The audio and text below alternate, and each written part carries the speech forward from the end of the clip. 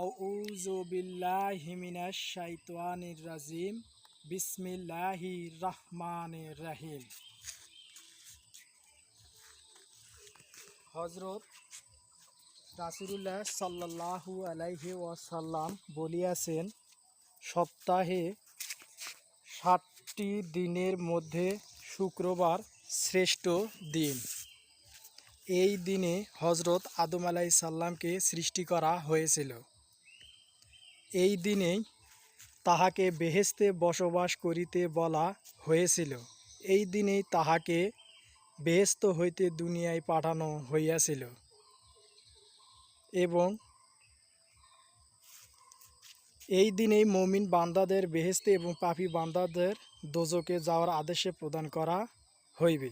হযরত নবী করিম সাল্লাল্লাহু আলাইহি ওয়াসাল্লাম আরও বলিয়াছেন, জুম্মার দিন এমন একটি সময় আছে যে ওই সময় আল্লাহ পাক প্রত্যেকটি মুমিন বান্দার প্রার্থনা অবশ্যই কবুল করিবেন, কিন্তু সময় নির্দিষ্ট করিয়া বলা হয় নাই।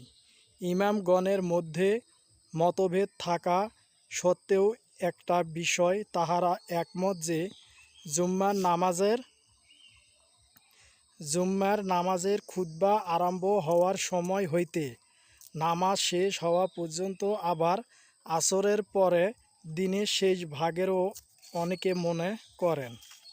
হযরত ফাতিমা রহমতুল্লাহ শুক্রবার দিন আসরের নামাজের পর কাজ বন্ধ করিয়া আল্লাহ পাকের ইবাদতে মশগুল থাকিতেন। হযরত রাসূলুল্লাহ সাল্লাল্লাহু আলাইহি ওয়াসাল্লাম বলিয়াছেন, আল্লাহ পাকের নিকট জুম্মার দিন ঈদুল ফিতর ও ঈদুল আজহার চেয়েও শ্রেষ্ঠ দিন হিসাবে সম্মানিত।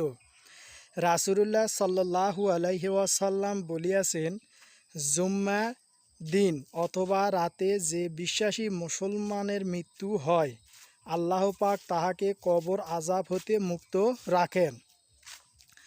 আল্লাহ পাক কোরআনে বলিয়াছেন, হে বিশ্বাসীগণ, যখন জুম্মার নামাজের আজান হয় তখন তোমরা ক্রয় বিক্রয় বন্ধ করিয়া আল্লাহর ইবাদতের দিকে দৌড়াইয়া যাও। তোমরা যদি বোঝো তোমাদের জন্য উহাই উত্তম।